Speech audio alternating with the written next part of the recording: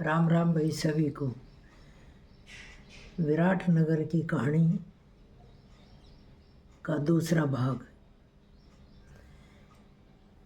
राजा की सरफ तक की बताई थी कहानी, अब आगे सुनना दूसरा भाग। फिर राजा सांप का रूप में सरकता सरकता चल दिया और घास में मुंह छुपा के बैठ गया पेड़ के नीचे। पेड़ के नीचे बैठ गए तो ऊपर तोते बैठे हुए थे। उन तोतों की सारी कहानी वो सुन रहा था और राजा को जानवरों की भाषा भी, पक्षियों की भाषा आती थी। तो वो उन्होंने एक तोता के साथ 4 तोतों ने मिलकर उसको नोच दिया था, उसको जख्मी कर दिया था। तो जख्मी कर दिया था तो आपस में बात कर रहे थे, भाई आज उसके साथ हमने काफ़ी मारपीट करी, देखो उदास होके कैसे डाली पर बैठे हुए है और ऐसे बैठे जड़ों तो ये नीचे गिरेगा और कुछ ही समय में ख़त्म हो जाएगा। ये दूसरे तोते की निगाह पड़ी कर नीचे देखो शिकार बैठे हुए, नीचे सांप था और कैसे फणठाई बैठे हुए है, ये गिरते ही इसको ये निगल जाएगा। और राजा भी भूखा था कई दिनों से, उसने भी कुछ खाया नहीं था, उसको भी भूख का मारे प्राण निकले जा रहे थे। तो वो भी इंतज़ार में था कि कब ये तोता नीचे गिरेगा। कुछ समय बाद उस तोते का प्राण निकल जाते हैं और वो नीचे गिर जाता है। नीचे गिरते ही उसने सोची कि भाई मतलब मैं इसमें क्यों न प्रवेश कर लूँ, सांप की जूनी छोड़कर तोता में प्रवेश कर लेता हूँ। तो उसने राजा ने अपने सांप की जूनी छोड़ के और तोता में प्रवेश कर लिया। क्यों राजा को ये विधि आती थी, एक दूसरे के शरीर में वो चल जाते थे, उन्हें ये मंत्र सीखे हुए थे। अब जो है इधर शिकारी जाल बिछाई बैठा था तोता को पकड़ने के लिए। तो जैसे ही उसने जाल बिछा रखा था तो तोता जाल में फंस गया। जाल में फंस गया तो शिकारी ने घरी जाई कही भी आज तो तोता में लिया है और काफ़ी भारा तोता है, तो आज तो मज़े हो गए। उसकी घरवाली भी बड़ी खुश थी। दोस्त बोले चलो आज तो इसको रहने दो, कल इसको अपन काटेंगे। तो दूसरे दिन उसने चक्कू को बना के राजा के पास गया, वो तोता के पास गया। तोता के पास जाती तोता ने कहा आप मेरे को मत मारो, मेरे को मत मारो, आपको बहुत मैं माला माल कर दूंगा। ये बात सुन के शिकारी अपने घरवाले के पास गया। अब ये तोता बोलिया ऐसे बोलिया। उसके घरवाले ने कही चलो तोता की बात सुन लो। तो उसने कहा भाई मेरे को तुम किसी राजा के पास ले जाओ और राजा के पास उदय राजा के पास मुझे ले जाओ और वहाँ मेरे को उनको बेच दो। बोला ठीक है। तो वो राजा के पास ले गए। बोले महाराज ये जो है तोता मेरा बोलता है और बहुत अच्छी बातें बताता है। बोले अच्छा। बोले ठीक है। बोले क्या लेगा? बोले महाराज जो तुम दे दोगा वही मैं ले लूँगा।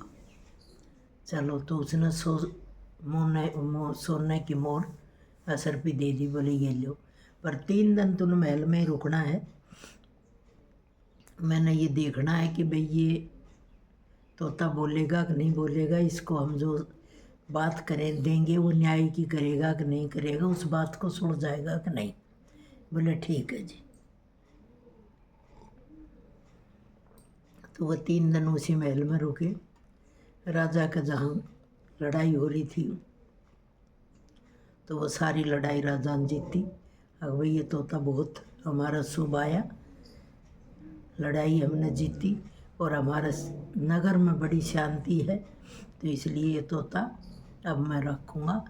और उसने शिकारी को कहा कि भाई अब तुम जा सकते हो। एक दिन और न्याय के लिए आगे 4 व्यापारी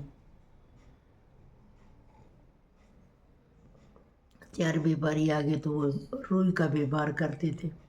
एक उनने बिल्ली पाल रखी थी, भाई इसमें चूहे नहीं आए, कि रुई में नीचे चूहे बढ़ जाते हैं, तो चूहे नहीं आएंगे, तो बिल्ली का डर के मारे। तो एक दिन वो बिल्ली जख्मी हो जाती है एक पैर से, तो उसने व्यापारी ने, तो उन 4 व्यापारियों ने एक कोक बिल्ली के पैर बांट रखे थे, तो एक का वो पैर जख्मी हो गया, उसने पट्टी लगा दी।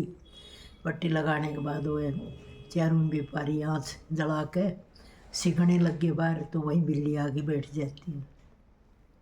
बिल्ली आके बैठ जाती है, तो बिल्ली कहीं फिर उठ के जाती है, तो उसका पट्टी में आँच लग जाती है। पट्टी में आँच लग जाती है, तो वो डर की मारी रुई में बढ़ जाती है, सारी रुई जल जाती है। तो तीनों व्यापारी एक व्यापारी पर चढ़ गए, भाई तेरी बिल्ली का जो पैर था जख्मी था, और इस वजह से हमारी सारी रुई तेरी बिल्ली ने जला दी, अब तो हम नहीं हर्जाना देगी। उसने कहा भाई राजा के पास चलो, तो राजा उदय के पास आ गए। राजा उदय के पास आ गया, तो महाराज हमारा हर्जाना ये देगा, इसकी बिल्ली का पैर जख्मी था, इसने पट्टी बांधी, पट्टी में आग लग गई, और आग के कारण बिल्ली रुई में अंदर घुस गई अपने बचाव के लिए, तो इसलिए पूरी रुई हमारी बढ़ गई, तो ये खर्चाना सारा ये देगा। राजा ने सोची, बोले बिल्कुल सही कह रहे हैं ये, भाई हर्जा तो यही देगा। फिर राजा का एकदम दिमाग में आई, भाई ये तोता ले रखा है, ये किस लिए हमारे काम आएगा, तो आज इसकी परीक्षा हो जाएगी। बोले भाई हमारा पिंजरा लाओ, तो पिंजरा मंगवा लिया।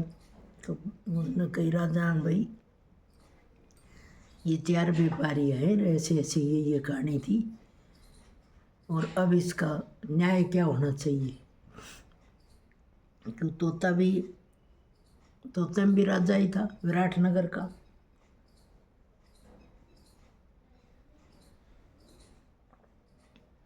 विराटनगर का राजा था, तो न्याय करते थे वो। तो उसने कहा महाराज बिल्ली के 4 पाँव थे, एक जख्मी था, तो 3 पाँव उसको लेके गए, जख्मी वाले पाँव ने तो कुछ भी नहीं करा, तो 3 पाँव लेके गए थे, तो गलती है 3 पैरों की, तो 3 पैर हैं, वही हरजानों भी वही भरेंगे। तो पूरी सभा में वाह वाह वाह वाह वाह वाह होने लगी, बहुत अच्छा फैसला सुनाया।